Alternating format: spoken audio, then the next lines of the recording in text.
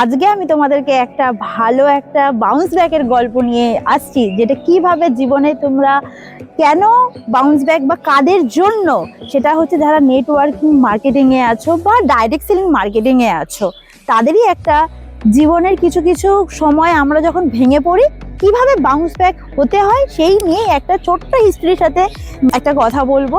যে একটা সময় আসে যে ধরো যে সমস্ত অ্যাসোসিয়েটরা নতুন, তারা কি করে ছোট ছোট করে একটা টিম তৈরি করছে। সেই টিমটা যখন কোনো কারণবশত, ভুলবশত হোক বা আশেপাশে কোনো প্রবলেমের জন্য হোক, যখন ভেঙে যায়, সেই মুহূর্তে কিন্তু আমরা নিজেরাও ভেঙে যাই। তখন আমরা বলি কি যে না, আমাদের দ্বারা আর হবে না, আমাদের দ্বারা এসব কাজ নয়, আমরা এইসব তখন কি করি, ছেড়ে চলে যাই, বা কিভাবে যে উঠে দাঁড়াবো সেই মুহূর্তে বুঝে উঠতে পারি না। তো তোমাদেরকে সেই সূত্রেই একটা ছোট্ট একটা হিস্ট্রি শেয়ার করি। যে এক তোতা ছিল, তোতার কাহিনীটা কি, যে এক পরিত্যক্ত বাড়ি, সেই পরিত্যক্ত বাড়ির পাশ দিয়ে একটি মেয়ে যখন যায়, একটা পেয়ারা খাচ্ছিল, পেয়ারা খেতে খেতে তখন সেই পরিত্যক্ত বাড়িটার দিকে ছুঁড়ে ফেলে দেয়। ছুঁড়ে ফেলে দিতে কি হয়, দীর্ঘদিন পড়ে থাকার ফলে পেয়ারা কি হয়, শুকিয়ে যায়। তখন কি হয়, ওই যে দানাগুলো যে পড়ে থাকে, তোতাটি এসে তখন কি করে, ওই পেয়ারাটাকে খায়, যেগুলো পোকা টোকা জন্মায় সেই পোকাগুলোকে খেতে থাকে। দিয়ে সেইভাবে কি হয়, এক দানা সে কি করলো, রোপণ করলো, ওই জায়গাতে পরিত্যক্ত বাড়িতেই রোপণ করলো। তখন সে দেখছে যে একটা গাছ যখন উঠছে, সেই তোতা পাখিটা তখন কি করছে, তাকে জল দিচ্ছে, তাকে বড় করছে। বড় করতে করতে বিশাল একটা গাছ কিন্তু পেয়ারা গাছে পরিণত হয়, তাতে ফল ধরে।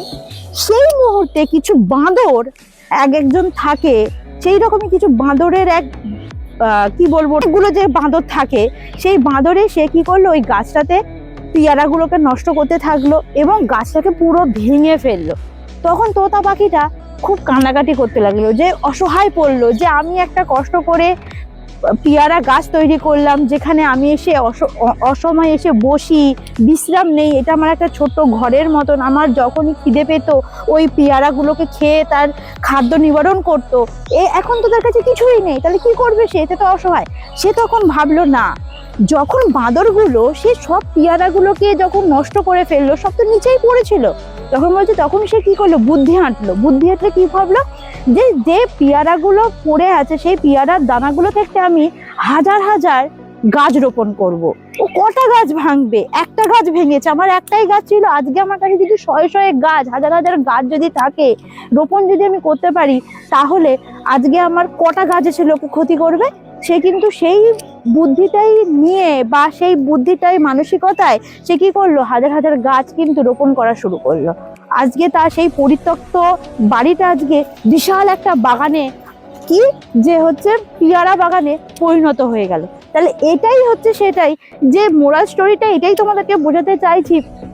যখন দেখছো যে তুমি যখন ছোট্ট একটা যে টিম তৈরি করতে পেরেছো, মানে তোমার কাছে নলেজ আছে, তুমি তার জন্যই তুমি টিমটা তৈরি করেছো, তাহলে সেই নলেজ নিয়েই তুমি এমন কিছু করো, সেই নলেজটা দিয়ে, যাতে তোমার কাছে বিশাল একটা টিম থাকে, যেন একজন দুজনের নেগেটিভে সেই টিমটা যাতে না ভেঙে পড়ে। সেই টিমে যেন একজন দুজন নেগেটিভ হয়ে গেলে কি হবে, তোমার কাছে কি আছে, তখন নয় 5টা লোক ছিল, এখন নয় তোমার কাছে 10টা, 100টা, 1000টা লোক থাকবে। দুজন একজন চলে গেল, তোমার কোনো যায় আসবে না। এটাই হচ্ছে কি হচ্ছে জীবনের বাউন্স ব্যাক। সেই তোতাটাও কিন্তু বাউন্স ব্যাক করেছিল, তোমাদেরও লাইফে কিন্তু এইভাবেই তোমরা কিন্তু বাউন্স ব্যাক করতে পারবে। তো টাটা, বাই বাই। তো এরকম ভিডিও আরো আসবে, মোটিভেশনের ভিডিও। যারা আমাদের চ্যানেলে নতুন হয়ে আছে তারা অবশ্যই কিন্তু সাবস্ক্রাইব করে দিও এবং পাশে থাকা বেল আইকনটি কিন্তু অবশ্যই কিন্তু ক্লিক করে দিও। তো tata, bye bye, see you.